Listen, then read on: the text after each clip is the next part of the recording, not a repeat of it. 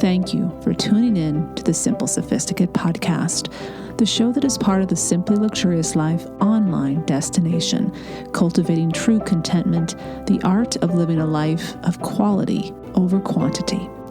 Visit the blog, The Simply Luxurious Life, at our simplified URL, TSLL.co or thesimplyluxuriouslife.com to find the show notes for each podcast episode, as well as much more weekly content to elevate your everyday and deepen your contentment.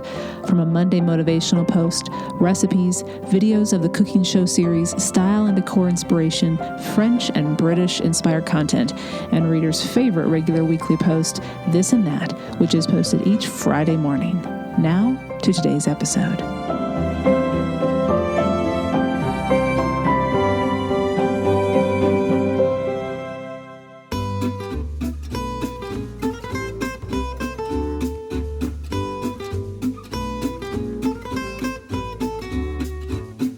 Welcome to the Simple Sophisticate podcast, where intelligent living is paired with signature style. I'm your host, Shannon Ables.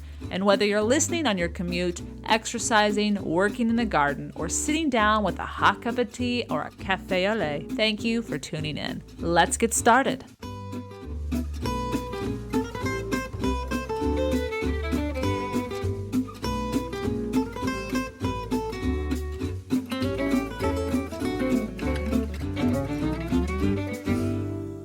Welcome to the 336th episode of The Simple Sophisticate. And welcome to August. We step into an episode today that is meaty. I mean, full of content that when I read it and was inspired by what I found, I said immediately, I have to share this with listeners of the podcast, because for me, at least, and I think and hope it will for you too, it provides a foundational maybe way of filling the gaps. I have a feeling many of us that are tuning in are consciously aware of wanting and trying to live well, but also enjoy life. And where do you find that balance? And to then have confidence that you are living healthily and you are living well, but that you can let your hair down and enjoy life. And for me, this book provided those simple, applicable, easy to do habits, routines, ways of choosing to live that I'm like, I can do that. I can do that. That ensure that not only is my short-term health on the right track, but my long-term health is as well. But I'm getting a little bit ahead of myself. I want to begin with extending a thank you to a longtime listener of this show. She left a very succinct, kind, specific review. And I just want to give a shout out to Christy in 1974, who wrote, "Loyal listener, 5 stars. This podcast is wonderful. Shannon has taught me how to be content and enjoy quality over quantity. I love her timeless style." And I just want to say thank you, Christy. Thank you very, very much for tuning in, for joining us here. And I'm happy to hear that you're seeing the value of this idea of living a life of quality over quantity, which is a very big concept because it covers so much. Our lives are so broad and diverse and filled with so many different wonderful things. And so it takes a conscious, patient, consistent effort. But it does pay off. It so pays off. All right, so what are we talking about today? What am I so excited about?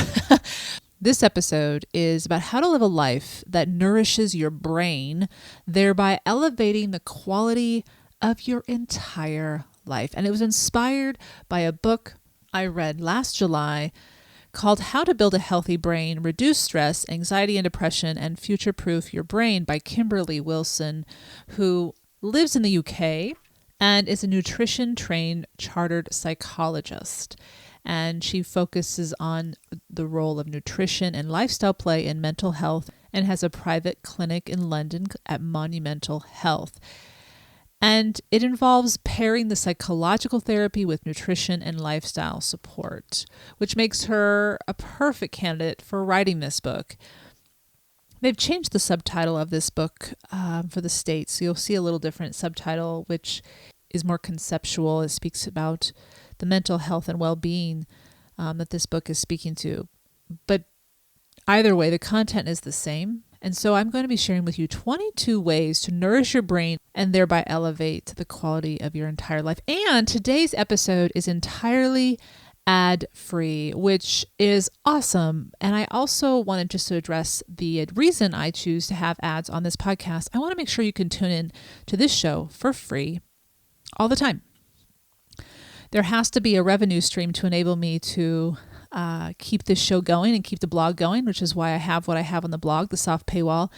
And the ads for this show enable me to read these books, find these books, to go out in the world and explore. And I just want to thank you for tuning in. I try to be very conscious about the advertisers that I choose for this show. I've turned so many different ones down because they did not align with the show. But I also know that you want to tune in, and in order to do that, I need to have some advertising support. And I have that the rest of the month, but today I'm able to make this episode free of advertising. So thank you for tuning in, and let's dive in to a topic I think you're going to find even more fascinating than you may already be at this moment. Let's begin with a quote from the book.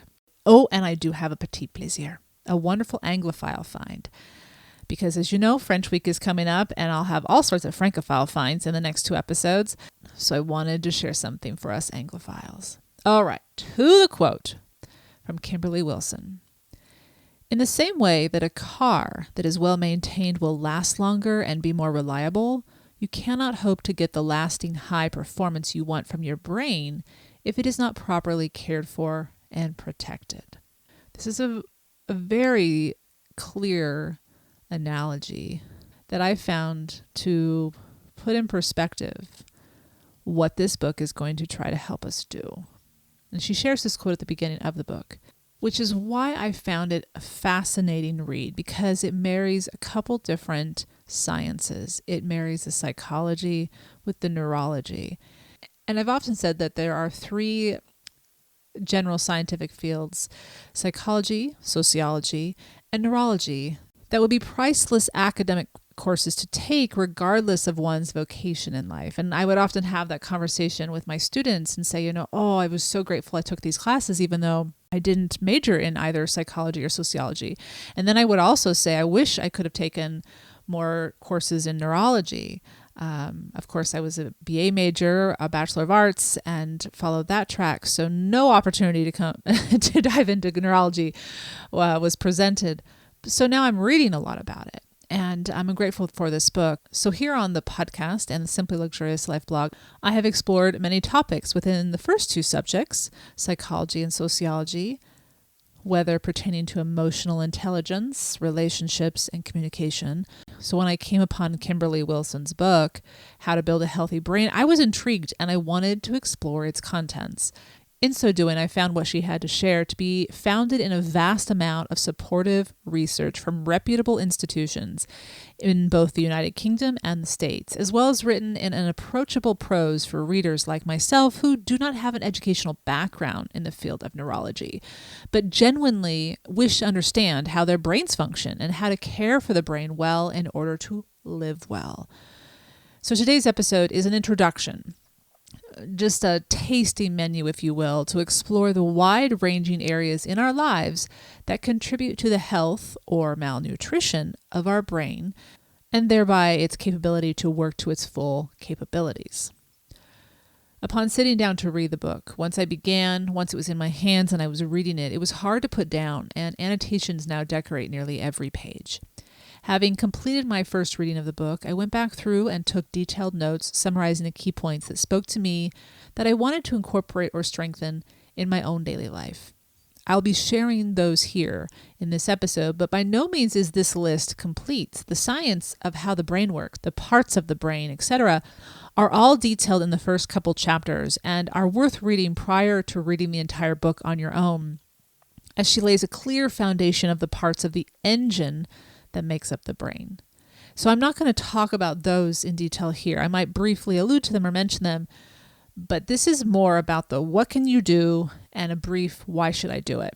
While I will be focusing on what to do to strengthen and nourish your brain, reading her book details what happens when the brain is not nourished properly. For example, what does chronic inflammation do to the mind, and what effects will we witness in our daily lives if there is chronic inflammation. Well, chronic inflammation has been found to play a part in depression, Alzheimer's, Parkinson's, and other neurological maladies.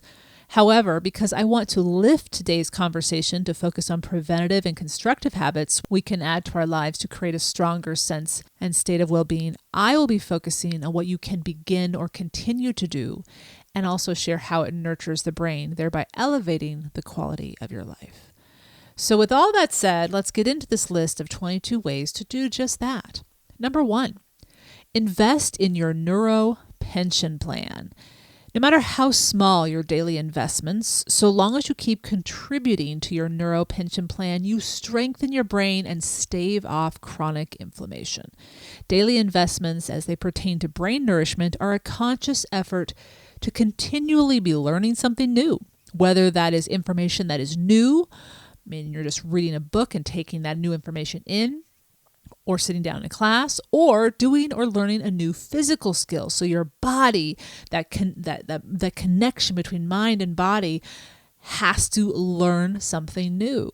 When you do learn something new, you are, quote, promoting the growth of new neurons, helping new cells to survive. So be sure to continue to strengthen the newly learned skills with consistent repetition, and supporting the survival of pre-existing neurons, and supporting the development of synapses, the communication junctions between the brain cells. So all this is happening when we learn something new and then keep trying to improve upon this new skill.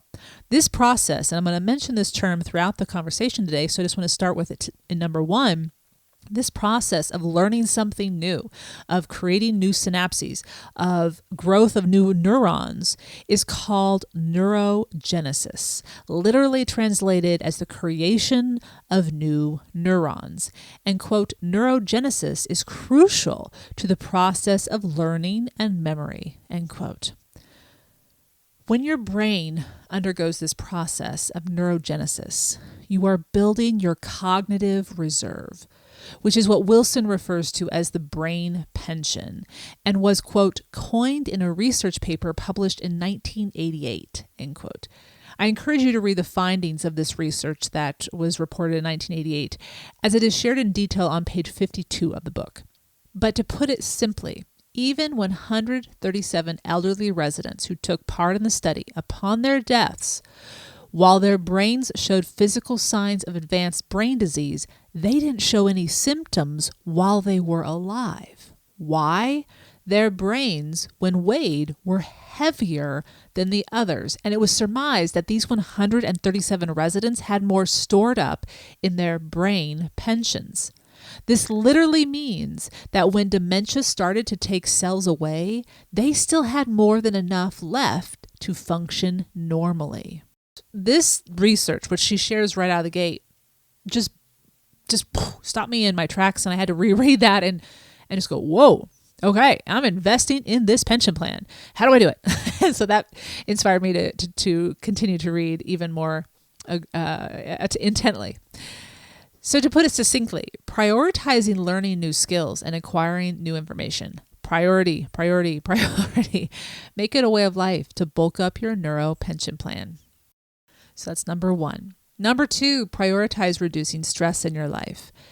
There are different types of stress, acute and chronic, and it is the chronic that is a, quote, known risk factor for Alzheimer's, end quote. Chronic stress can cause the hippocampus to shrink, reducing your ability to retain information and learn new skills with relative ease. Wilson shares a list of potential psychological signs you might be under excessive pressure, which is causing chronic stress that, while you may be brushing off as what you have to do to live the life you are living, is actually a health concern and reason to reassess how you live and what you prioritize. Here's the list. Short temper or frustration, or even increased aggression.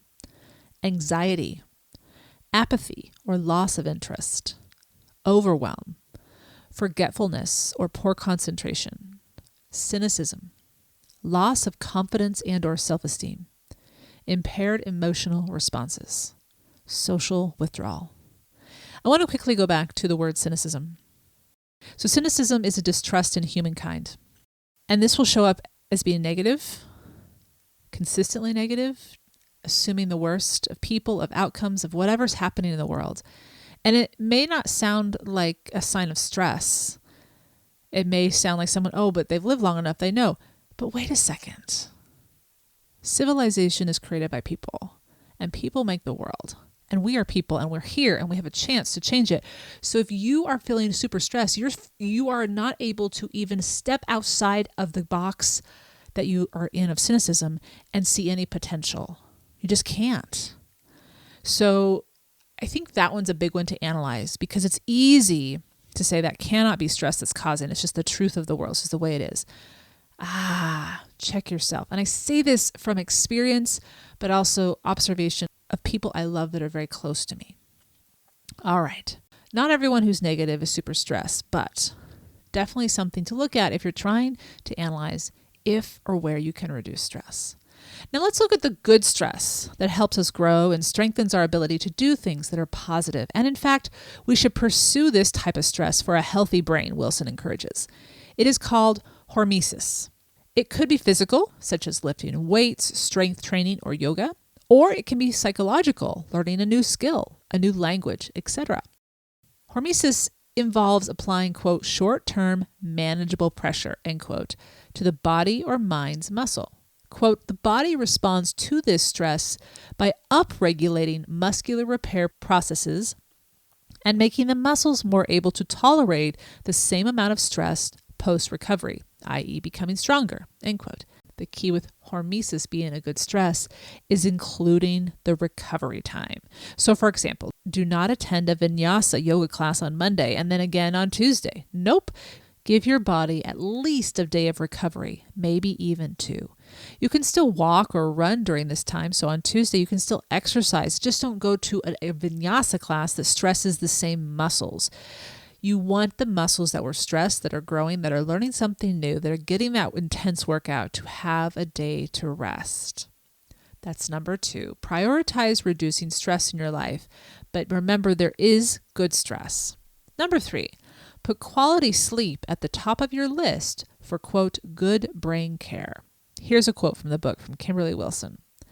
The journey to a more resilient brain and improved mental health starts in bed. A variety of necessary activities are taking place in our brain when we sleep and are sleeping deeply, reaching all 4 stages. Memory consolidation, which is moving short-term information that was just gained to the long-term storage location in your brain. Synapses are augmenting, meaning they're changed, which means this is when learning becomes ingrained, preparing the brain to learn new things and ensuring what we learned stays with us. And it also enables us to be less reactive to negative stimuli. Wilson also touches on the truth that medication that induces us to sleep does not promote true sleep. In other words, it does not allow us to reach all 4 stages of sleep. With that said, we have to naturally be able to bring ourselves and keep ourselves in a good night's sleep. How can we do this? All right. Again, I'm not going to be able to share everything that she shares, but I paraphrased and also listed things that I felt were very specific and concrete to give you a taste of how doable this is and also necessary.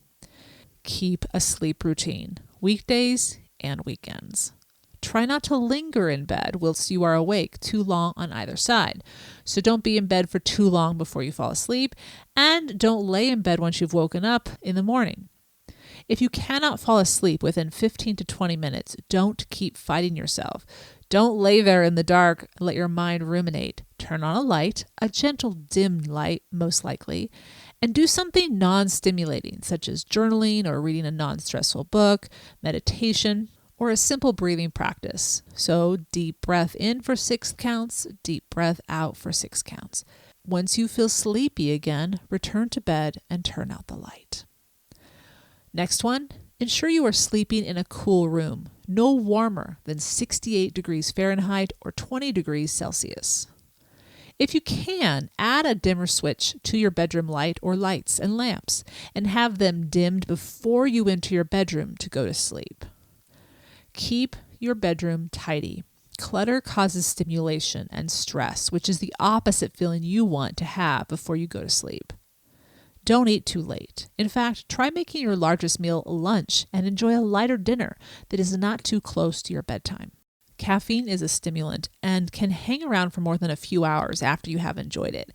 If you are not falling asleep and staying asleep, examine when you consume caffeine and try to stop by midday, or at least enjoy your last tea, which is caffeinated at tea time, 4 p.m., and then no more caffeinated tea.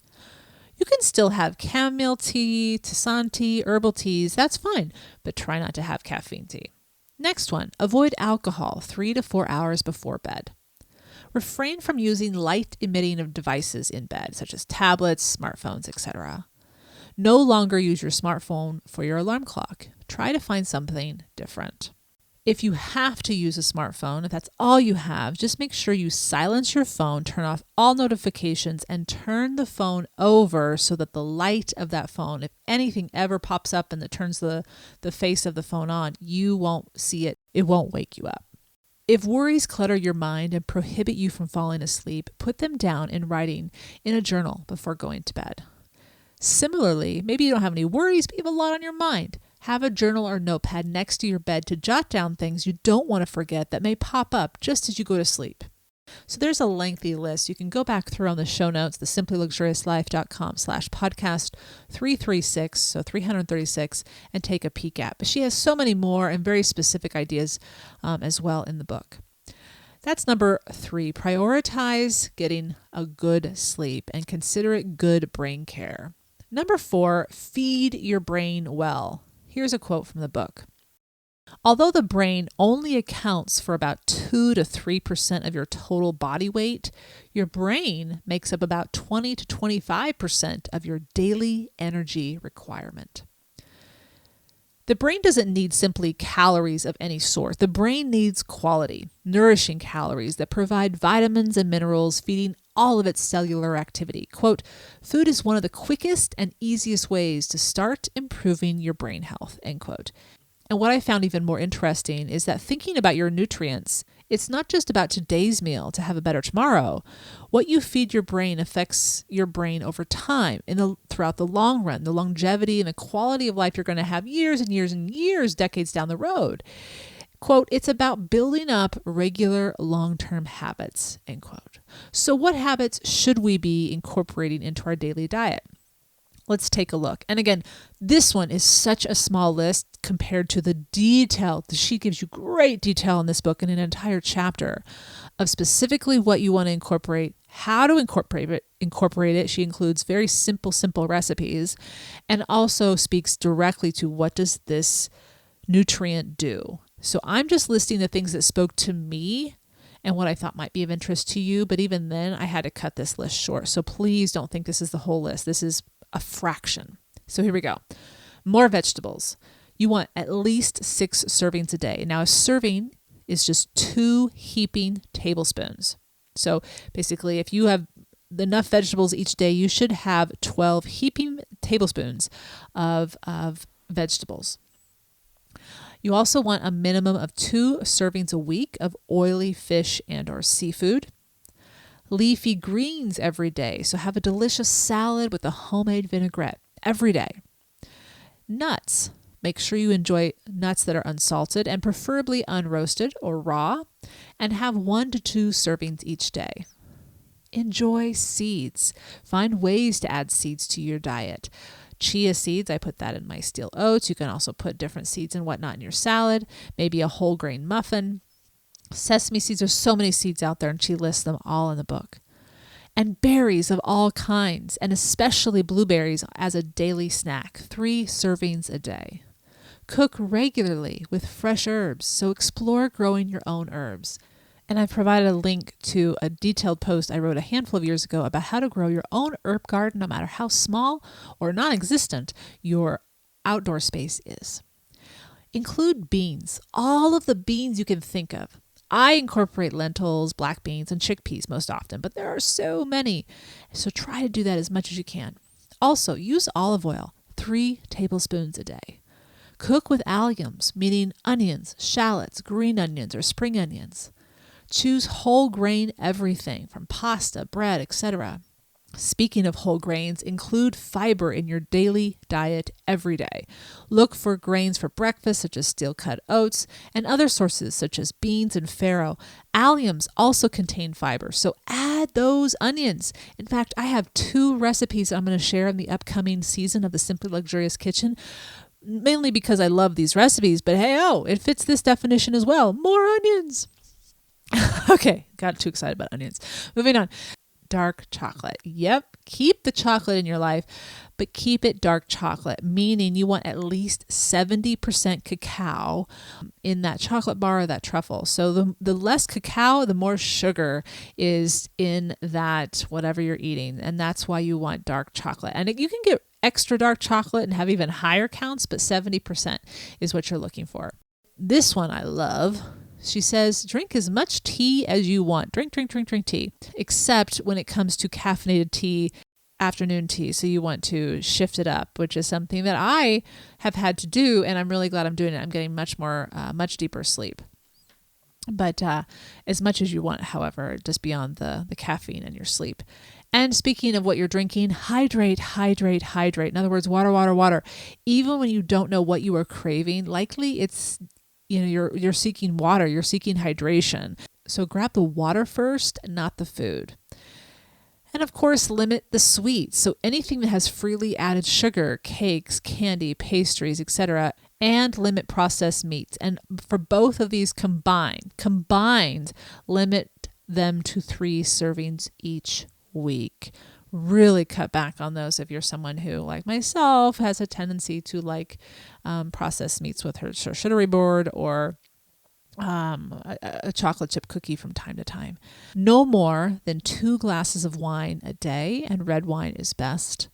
Enjoy chicken 2 to 3 times a week. And eggs, no more than 6 eggs a week. Again, you're going to know what you like to add to your diet or what you enjoy having in your diet. Some of these will be easier to do than others, but there are so many more tips that she includes in the book, so I encourage you to check it out. Looking at such a list may be what we think we want. Quote, just tell me what to do and I'll do it. But when you know the why behind choosing such foods, it becomes even easier to find motivation to select the foods I've just shared or not select, as the case is with sugar and processed meat. So for example, when I learned that eating sugar reduces our brain's cognition, okay, that gives me more reason to put the cookie down. And the omega-3s in oily fish, when we eat those, it reduces the brain's aging process. Okay, bring me the salmon.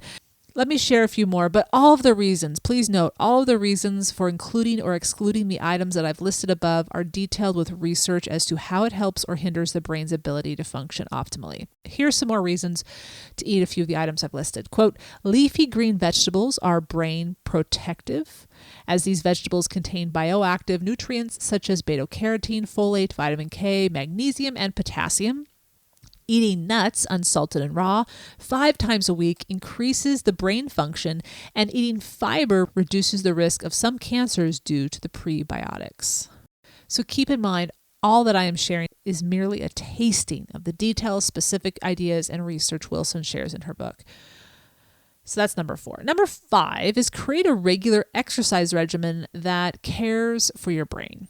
It will not surprise you that physical exercise plays a significant role in brain health. The question is, how much and how strenuous?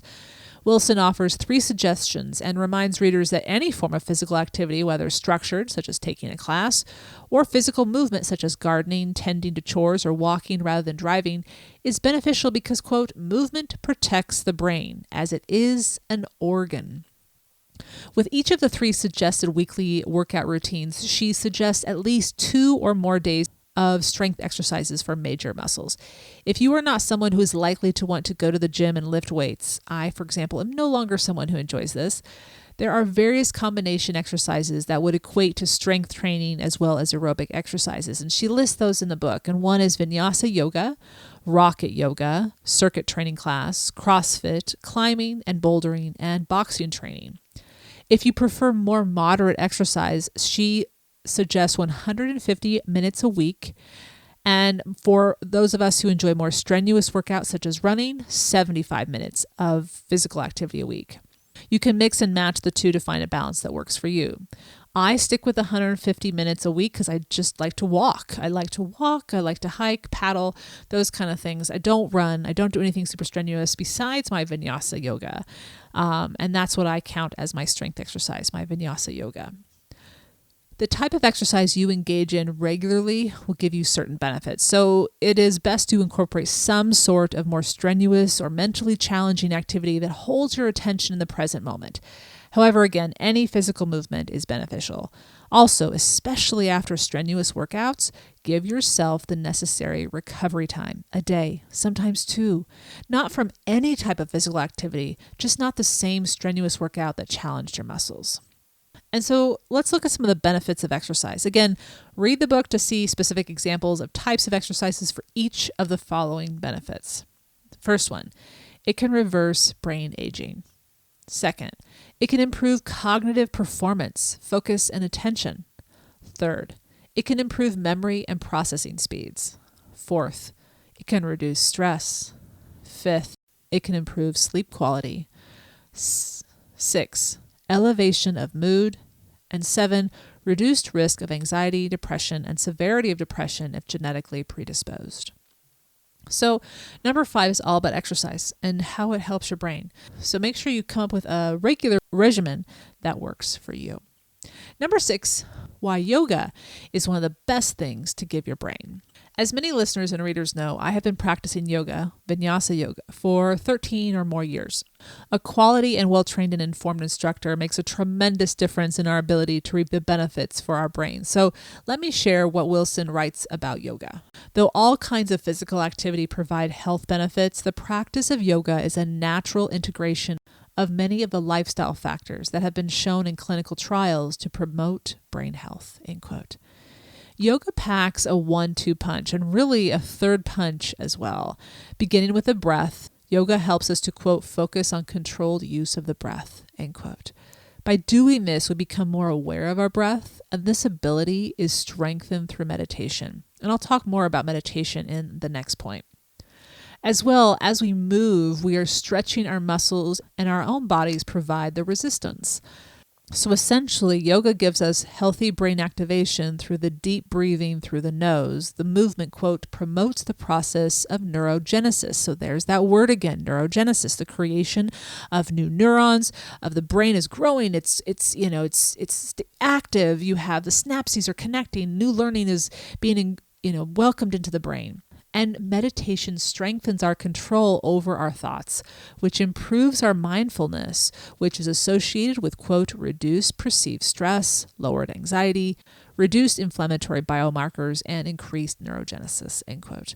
There are very few reasons to not welcome yoga into your regular exercise program, even if you only include one of the 3 aspects above.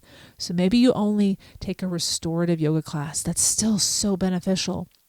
You're working on stretching, you're working on your breath. It may not be considered an aerobic exercise in that class, but you still have 2 of the 3 benefits. And there are so many different types of yoga classes. Choose the class and the instructor that you really connect with. So that's all about the yoga component that helps the brain. Let's break down specifically the meditation component. Number 7, meditate to strengthen how you think. As I mentioned in point number 6, but I think it's worth underlining for emphasis, especially as we are talking about the brain. When we regularly meditate, having a teacher or instructor guide you through the process as you build your understanding of why and how it works helps you to stick with it when you are just getting started. Meditation helps us become more mindful because we are becoming better at being observers of our thoughts rather than wrapping ourselves up in them and being reactive, which is not helpful. Becoming more mindful strengthens our awareness of ourselves and helps us to step away from our emotions and thoughts and observe them, acknowledging their temporary nature and where and why they came from.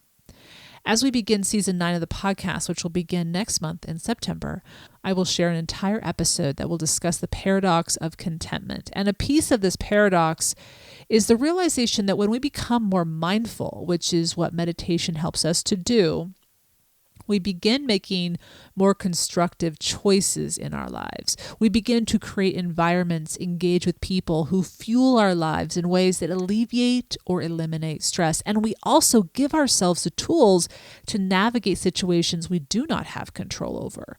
So as much as contentment is about finding peace no matter what is going on outside of us, it is also giving us the tools to cultivate a life that invites more of what nurtures us than what harms us. I've included a link to the post I wrote, I updated it actually this year, about the 6 benefits of meditation and how to meditate in your daily life. And you can find that, and I share my journey with meditation in this post as well. You'll find that on the show notes.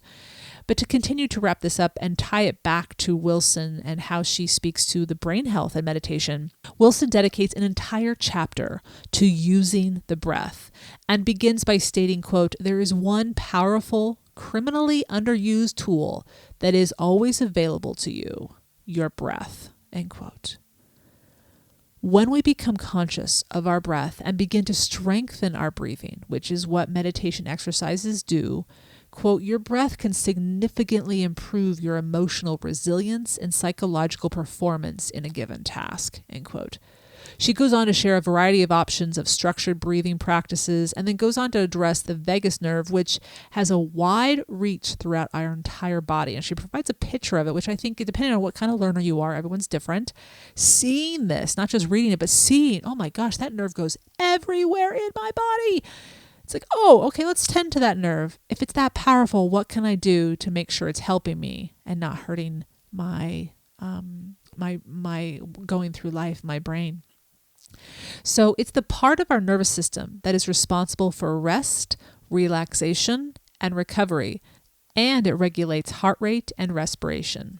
Whoa, those are some significant, powerful, and necessary components of our everyday lives.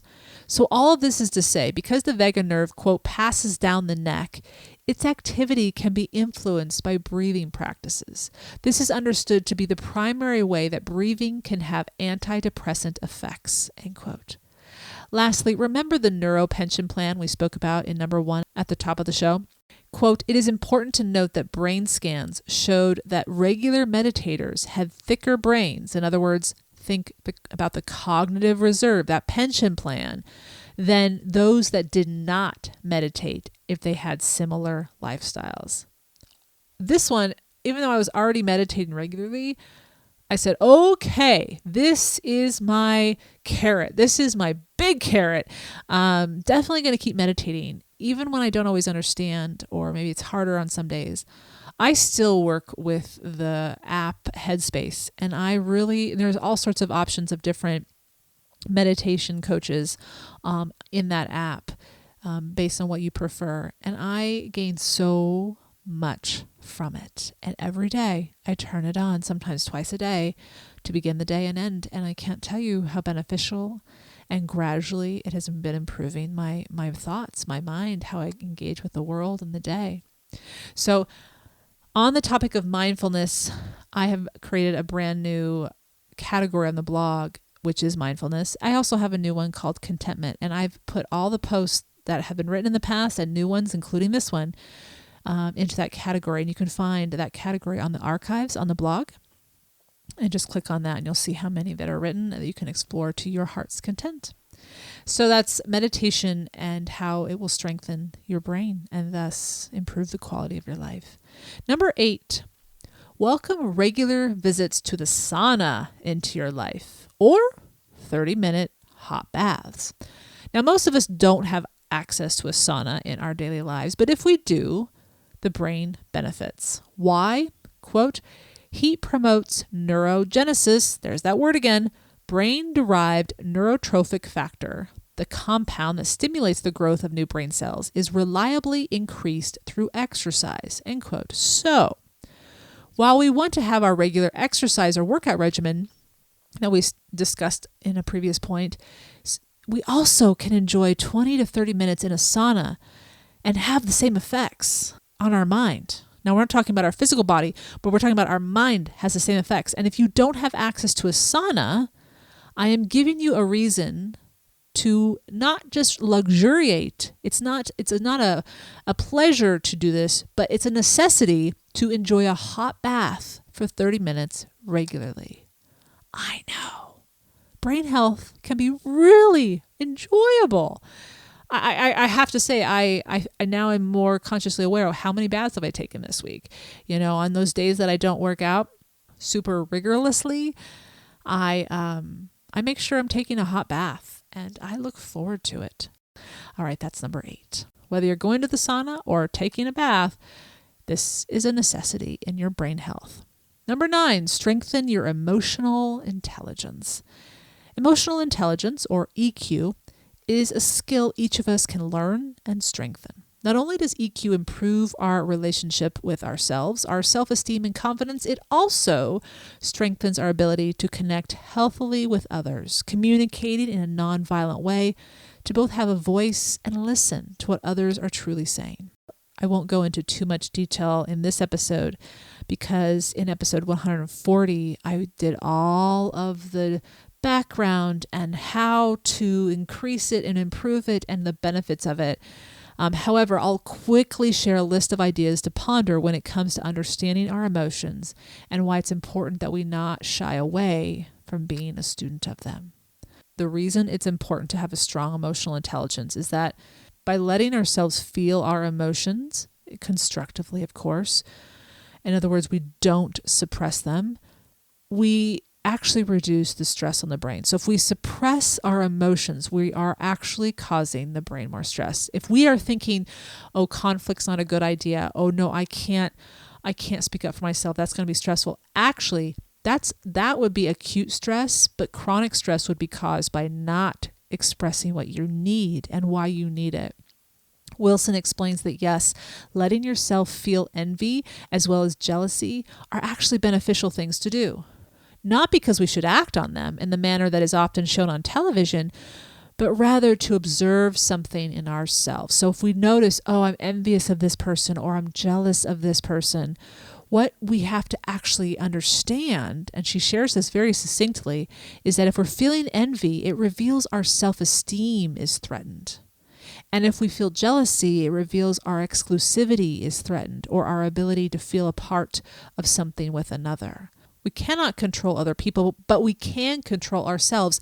And if we are depending upon others to lift our self-esteem or make us feel welcome, this should tell us that we have some work to do on ourselves. And that is actually very valuable information.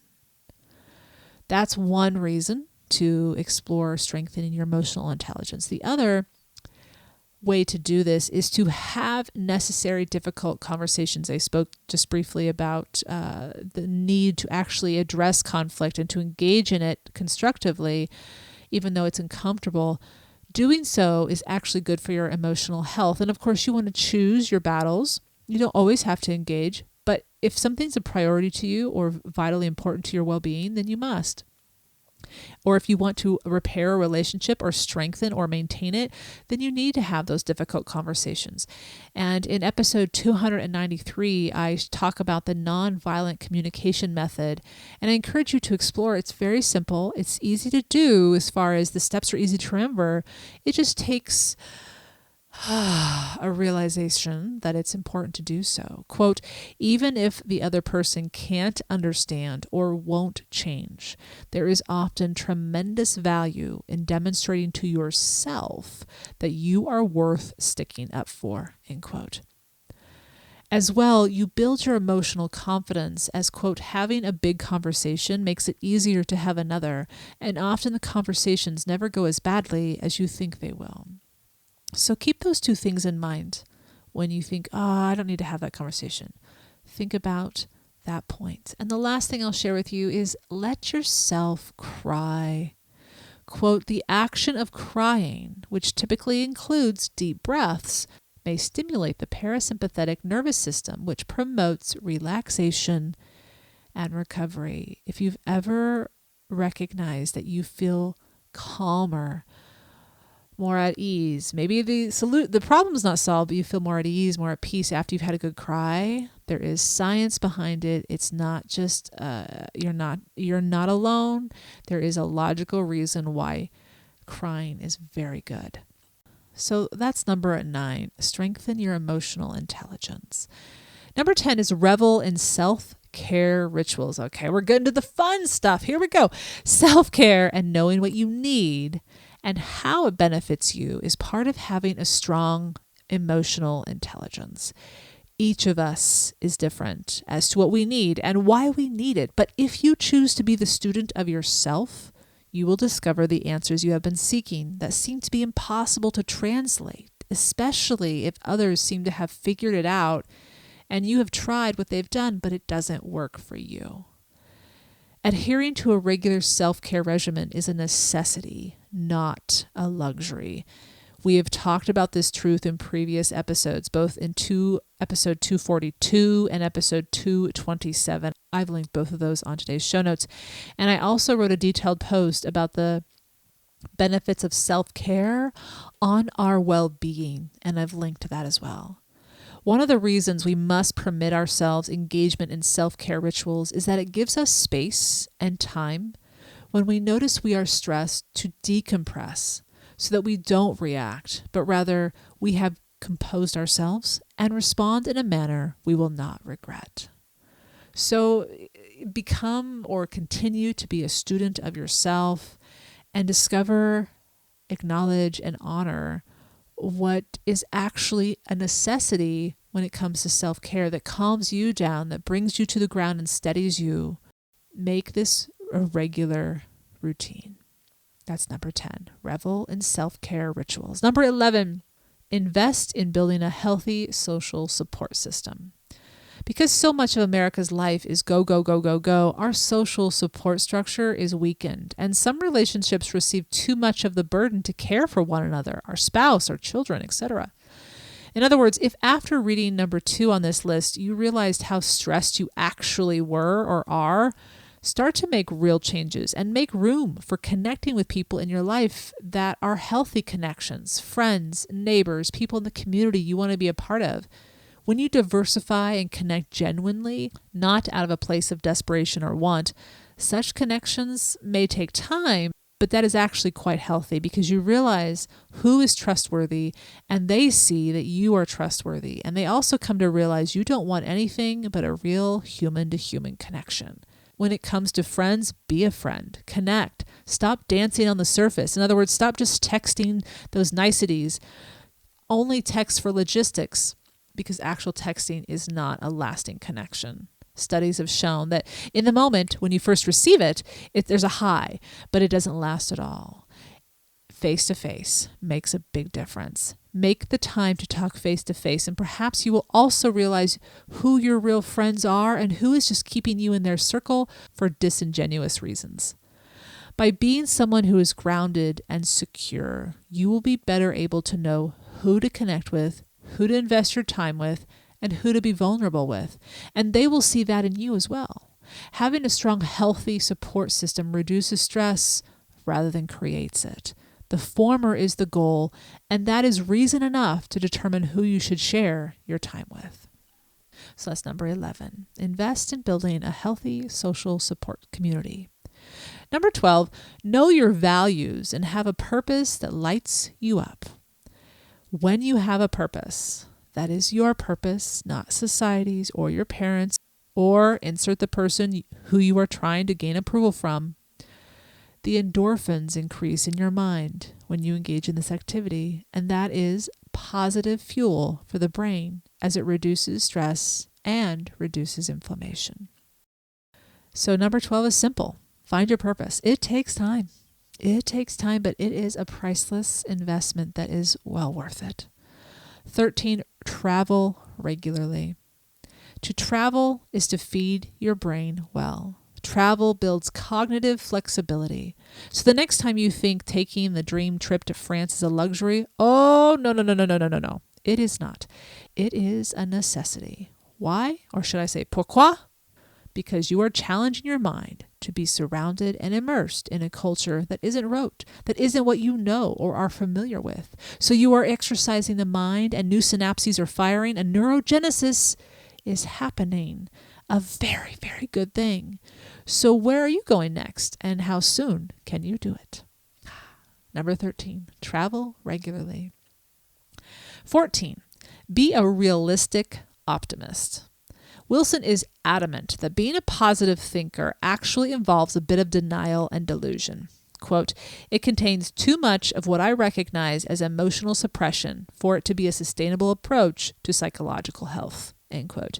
For this reason, she embraces the concept of realistic optimism, quote, "in which you pay attention to negative outcomes but do not dwell on them. Instead, focusing on the growth opportunities is associated with greater resilience than either a pessimistic or unrealistic optimistic viewpoint." End quote. In other words, mindfulness and meditation come into play here, which give you the tools to observe your thoughts when something goes not as you would have preferred, giving you the space to respond rather than react, and then with a growth mindset, choose constructive action. So number 14 is be a realistic optimist. 15, failure is a prerequisite to success. Speaking of things not going your way, if something didn't work out as you had hoped, some may call it failure, and it may well be at that instance, but when you shift your mind as to how you perceive the event and the outcome, you give yourself fuel to use to point you in the best direction moving forward for success. 16, let go of attachment to outcomes. To piggyback onto number 15, when it comes to anything in which you are investing your heart, your money, hopes, and dreams, hold on to hope, but let go of attachment of what has to happen for it to work out well in your mind. If any of the variables are out of your control, which they likely will be, or you would have made the changes already, you just cannot know how it will all work out. And as we know, often when it doesn't work out as we planned or expected, it is actually working out in your favor to be witnessed at a later time when you will better be able to appreciate it. But if we are so stuck and so focused on a narrow window of what has to happen, we'll never experience the latter outcome that is meant for us to revel in. So that's number 16. Let go of attachment to outcomes. 17. Clean those teeth professionally, that is. So much of our health ties into our gums and our teeth, so keep them expertly cleaned and tended to by visiting your dentist twice a year and brushing and flossing every day, twice at least. Wilson goes into great detail about the relationship of our teeth to our brain, and she has some great visual images of this. But I'll let her explain it. But it will give you the motivation when you read her specific notes and see the visuals to take this simple, regular step to care for your teeth seriously and to do it consistently. So that's number 17. Clean those teeth professionally, that is. 18. Acknowledge the power of social media and be proactive about distancing yourself from mindless use. So I want to be really careful here, and it's not because I use Instagram. As you know, I don't show my likes on Instagram. I always turn those off. I don't post more than 3, sometimes 4 times a week, and some days not at all. But I do use Instagram, and if we blanket all social media as bad, we would actually be incorrect. There are benefits, and it comes down to how we use our phone and those apps. If you use social media to actively engage, connect, comment, extend application, then it's fine. But if all you do is scroll, stop. In all cases, keep your phone out of reach. Don't have it next to you at all times, and monitor your use, and use your phone as a way to stay in touch, but not to entertain you, because that too is passively engaging and doesn't add to your social support system. If you use it to reach out to someone, go for it, but consciously be aware of how you truly do use social media. And she goes into a lot more detail about this in the book in a specific chapter. That's number 18. Number 19 is handwrite rather than type or solely listen and or read. If you're trying to take in new information, that is. If you're trying to learn something new or understand something, take a pen or pencil out and write it out. Studies and research have shown our brains retain more information when we handwrite, and we also deepen our understanding of the subject matter when we take the time to write out what we learn, read, or are trying to understand. So it's not that you're writing down what you've learned, but you might be writing a question down. You might be actively annotating. Somehow you're using your hand connected to your brain and physically writing out those words or whatever it is you're doing. And studies have actually shown this does deepen and move that information from our short-term memory to our long-term memory. Such a good thing. It's so simple. Just make sure you can read what you've written. But even then, even if you don't, even if you can't read what you've written all the time, it actually still works. Number 19 is handwrite things instead of typing. Number 20, grow neurotransmitters for good and constructive habits.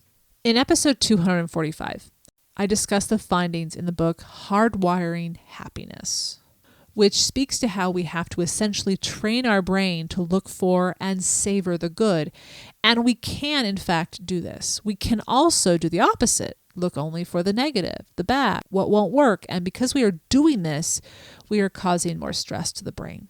I want to include a quote from Rick Hanson's book, Hardwiring Happiness, because it aligns beautifully with what Kimberly Wilson found when it comes to nourishing the brain.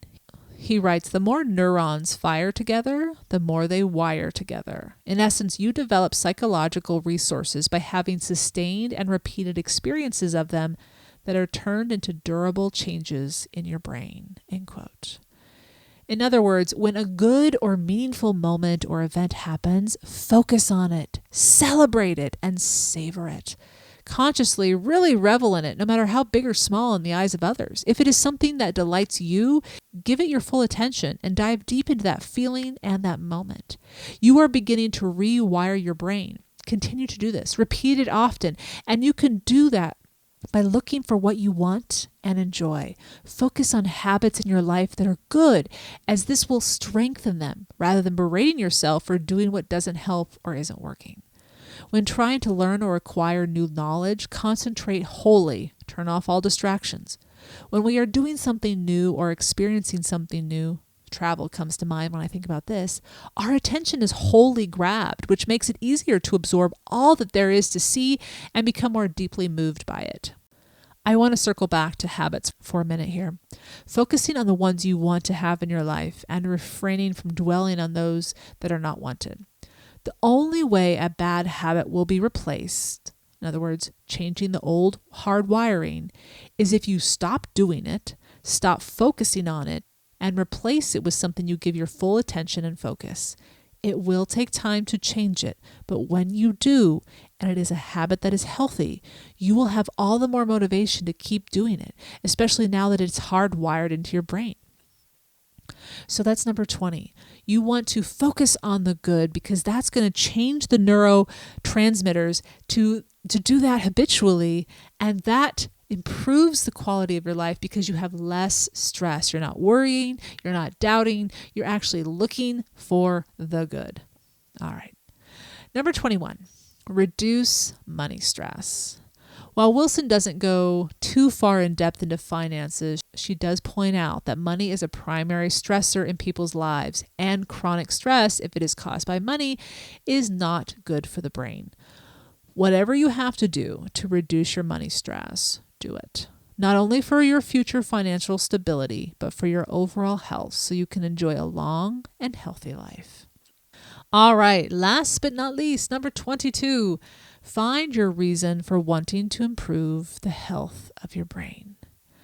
This final point isn't really part of the list, but rather a reminder that if you want a brain that will be working optimally well into your later decades of life, the changes you need to make are not incredibly difficult, but rather habits you need to see as beneficial or to fit into that favorite pair of jeans, but because you want to enjoy living life and doing what you are doing now and possibly so much more. Wilson reminds readers to have self-compassion as you begin to make any or all of the changes she advises. Quote, if you need to make significant changes, it is inevitable that you will mess up. And she puts that in quotes, mess up. You're not messing up, but it may feel like it. And she underscores, it is inevitable. Remind yourself that this is what change looks like. Remind yourself of the motivation for making these changes. Then find something that gives you a quick win for a much needed morale boost. So that's number 22. Find your reason to improve your brain health and let that be your motivator. Why I found this book to be a book to inspire me to act is that it provided detailed reality outcomes, that if we take action, specifically, this is what happens in the mind with our emotions and thus in our daily lives. And when we make these changes to our simple everyday habits, our lives change in powerful ways for the long and short term. No longer should any of the above habits or suggestions be seen as vanity pursuits. These habits enhance your health, your relationships, the quality of a long life. You will have the opportunity to live and live well. Now you can find this entire list and all the links on the show notes, thesimplyluxuriouslife.com/podcast 336, and I'll be back with this week's Petit Plaisir.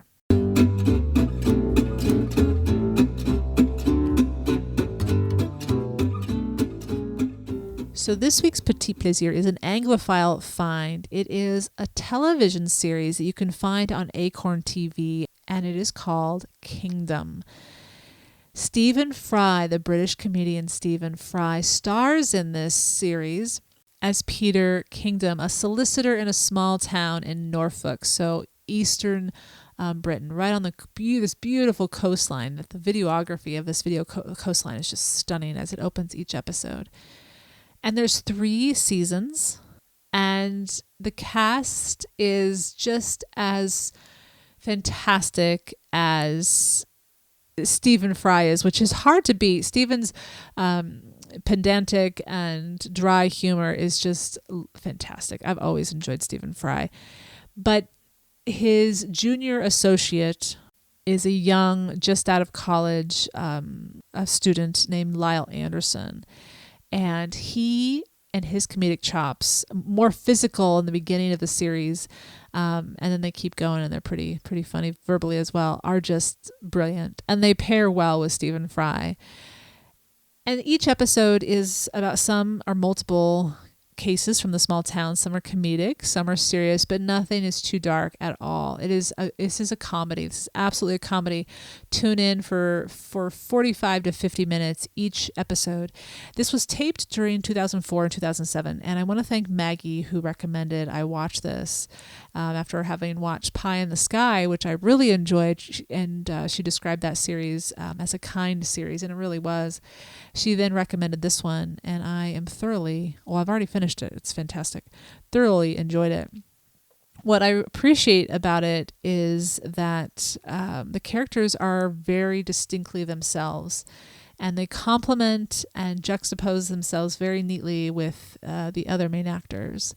There is a main storyline that runs through the first 2 seasons with regards to Peter's Kingdom's half-brother, that gets resolved by the end of the 2nd season. And then his half-sister, Beatrix, is throughout all 3 seasons. She is the exact opposite of Stephen, and there are some fantastically wonderful scenes. And she matures through the season 2, which I think is well done by the writers to allow these characters to evolve as they go through. I wish there were more seasons. It's a fun series. But anyway, it's called Kingdom, and it's on Acorn TV. I just enjoy. Speaking of brain health, this one really was a nice, relaxing show to watch at the end of a day, and nothing too stressful. Made me smile, made me chuckle. Anyway, I will link to Kingdom on Acorn TV and on Amazon Prime, which is how I stream it. But yeah, I think you will enjoy it. If you're an Anglophile, enjoy Stephen Fry. Enjoy a good, well-written comedy that has very likable characters. I hope you've enjoyed this week's Petit Plaisir, where each week ideas are shared to make the everyday all the more enjoyable. Tune in at the end of each episode where I'll recommend a book, a film, a show, a recipe, anything that is a simple pleasure to satiate your sophisticated taste. Now, I will be back with 2 new episodes in 2 weeks' time. So French Week begins on Sunday, August 14th. And a brand new episode of the podcast that is French-inspired will be available on the 15th of August. And then a second episode later that week. I haven't decided if it's going to be on Thursday or Saturday yet. So we'll just see how that goes. But and we'll let you know on the 15th when you can find that. But there'll be 2 French-inspired episodes, and that wraps up Season 8 once those 2 episodes are shared. And Season 9 will begin on the 7th of September on Wednesdays. Remember, we're shifting to Wednesdays starting in September. Thank you so much for tuning in. I hope your August is off to a wonderful start, and I'll be back here with you in 2 weeks' time. Bonne journée.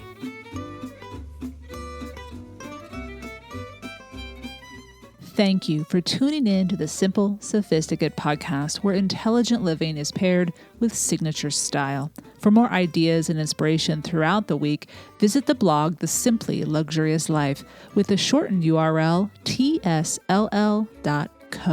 And to welcome Simply Luxurious Living into your everyday life, be sure to check out my new book, The Road to Le Papillon, Daily Meditations on True Contentment, which was just released in March 2022 and became a #1 bestseller in France Travel and a #1 new release in France Travel in all 4 formats: hardback, paperback, audio, and ebook.